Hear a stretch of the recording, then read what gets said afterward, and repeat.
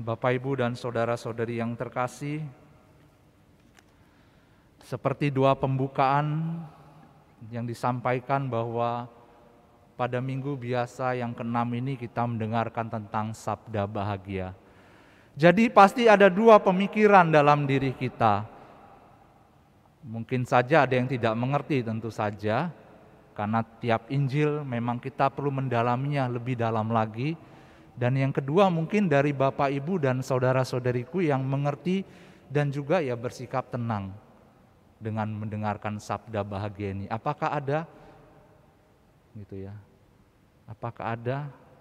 Contohnya, berbahagialah hai kamu yang miskin, karena kamulah yang punya kerajaan Allah. Berarti kalau ada yang tenang, wah tenang, saya harus hidup miskin ini, gitu ya. Kalau begitu mungkin ada yang punya kunci mobil, kunci rumah, kunci motor, silakan tinggalkan di sini, nggak apa-apa, gitu ya. Kalau misalnya ada yang tenang menerima, gitu ya. Memang tidak mudah sabda bahagia ini untuk kita mengerti. Tetapi Bapak, Ibu, dan saudara-saudariku yang terkasih, hari ini memang diberikan kepada kita sabda bahagia ini supaya apa? Supaya kita sungguh-sungguh berbahagia. Mengapa berbahagia? Mengapa bahagia? Karena mengikuti apa yang Tuhan katakan sendiri, Kristus katakan sendiri, supaya kita bisa menemukan kerajaan Allah. Kerajaan Allah. Lewat Injil hari ini, Allah mau mengingatkan kepada kita semua dan sekaligus menantang diri kita untuk pertama-tama mencari Allah dalam hidup kita, apapun kehidupan kita.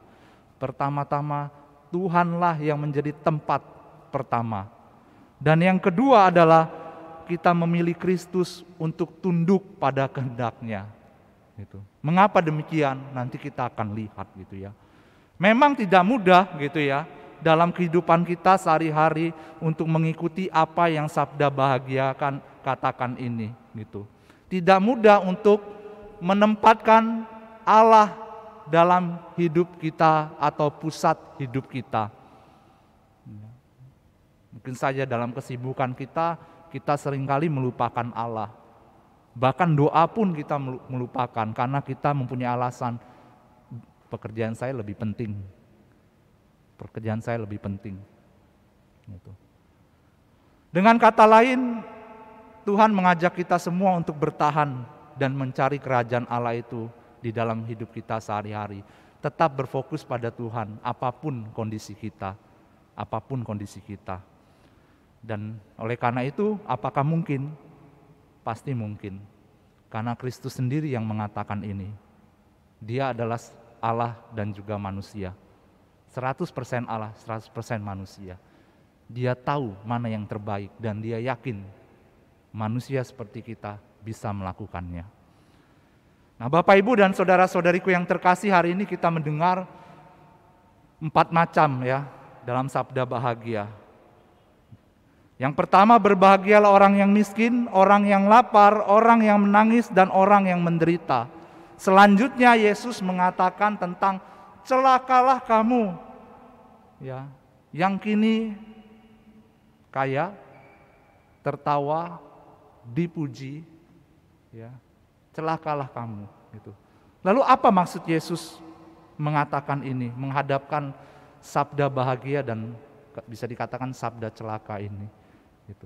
Artinya bahwa segala kehidupan kita, apapun yang kita punya, apapun yang kita hadapi, kesulitan maupun tidak sulit, kenyamanan maupun tidak nyaman, kita harus mengingat dan percaya kepada Tuhan, sumber segalanya. Biasanya gitu ya, kita mau mengingatkan, Yesus mau mengingatkan kepada kita semua dalam kesulitan. Biasanya kalau kita sulit, kita pasti berbicara gitu ya, atau kita menderita, atau kita lapar, kita akan mengatakan Tuhan itu tidak adil. Ya, Tuhan itu membuat saya menderita. Saya melihat orang lain itu sukses, tapi saya menderita.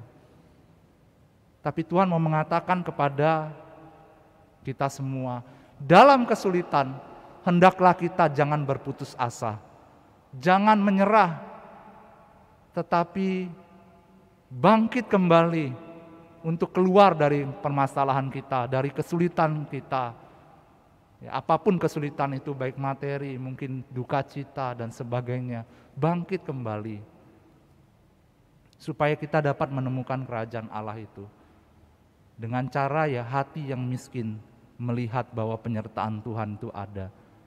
Kalau kita melihat ketidakadilan Tuhan, maka otomatis kita mengatakan bahwa Tuhan itu tidak ada dalam hidup saya. Tuhan itu tidak menyertai saya. Itu bagi yang sulit. Lalu bagi orang-orang yang merasa bahwa hidupnya aman-aman saja, tidak ada kesulitan, hidup saya baik-baik saja. Keluarga saya oke, kesehatan saya baik, ya saya bisa mencukupi semuanya.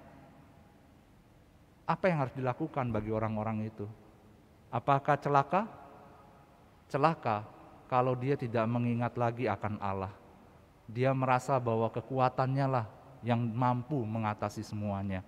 Kekuatan inilah, kekuatan dirinya yang membuat semuanya ini terjadi. Saya sehat karena saya menjaga tubuh saya. Betul, tentu saja ya. Saya baik karena saya. Saya pintar karena saya. Saya cukup makan, cukup ini, semuanya karena saya. Betul, tetapi juga ada penyertaan Tuhan di situ. Dan kita jangan lupa, jangan sampai mengandalkan manusia. Sama seperti bacaan pertama. Terkutuklah orang yang mengandalkan manusia, yang mengendalikan kekuatannya sendiri, dan yang hatinya menjauh dari Tuhan. Tetapi diberkatilah orang yang mengandalkan Tuhan, yang menaruh harapannya pada Tuhan. Sehingga dalam keadaan apapun yang kita miliki, baik suka, duka, sulit, tidak sulit, mari mengingat bahwa semua ini Tuhan ada untuk saya. Tuhan berada bersama dengan saya. Semua yang terjadi Tuhan tahu, dan saya mau bangkit bila dalam kesulitan. Dan yang bukan dalam kesulitan, kita membantu orang-orang yang sulit, karena semua kepercayaan kebaikan Tuhan mempercayakannya kepada kita semua. Oleh karena itu pertama-tama apa yang harus kita lakukan? Yang pertama-tama adalah percaya penuh pada Tuhan. Sama seperti Mazmur mengatakan ya, orang yang berbahagia jika orang itu percaya, berbahagialah orang yang menaruh harapannya pada Tuhan. Oleh karena itu Bapak Ibu dan saudara-saudariku yang terkasih, sabda bahagia ini diberikan kepada kita supaya hati kita yang menjadi miskin, hati kita yang menjadi miskin, supaya hati kita terbuka bahwa Tuhanlah yang memberikan kebahagiaan, ketenangan dan kedamaian. Dan bila kita dalam tahap yang sulit, jangan berputus asa. Keluar dari masalah itu karena Tuhan menyertai kita semua. Oleh karena itu kita jangan sampai melupakan kebaikan Tuhan yang telah diberikan kepada kita semua sampai hari ini. Kesehatan, bisa mendengarkan sabda Tuhan, dan kita juga bisa berkumpul bersama dengan keluarga kita. Dan biarkanlah, marilah kita juga melihat sabda bahagia ini sebagai kekuatan untuk kita terus lebih lagi setia, untuk setia kepada iman kita masing-masing, iman kita yang telah diberikan Tuhan sendiri. Dan kita memohon rahmat Tuhan pada perayaan Ekaristi ini, supaya kita semakin dikuatkan, semakin bersatu di dengan Kristus sendiri.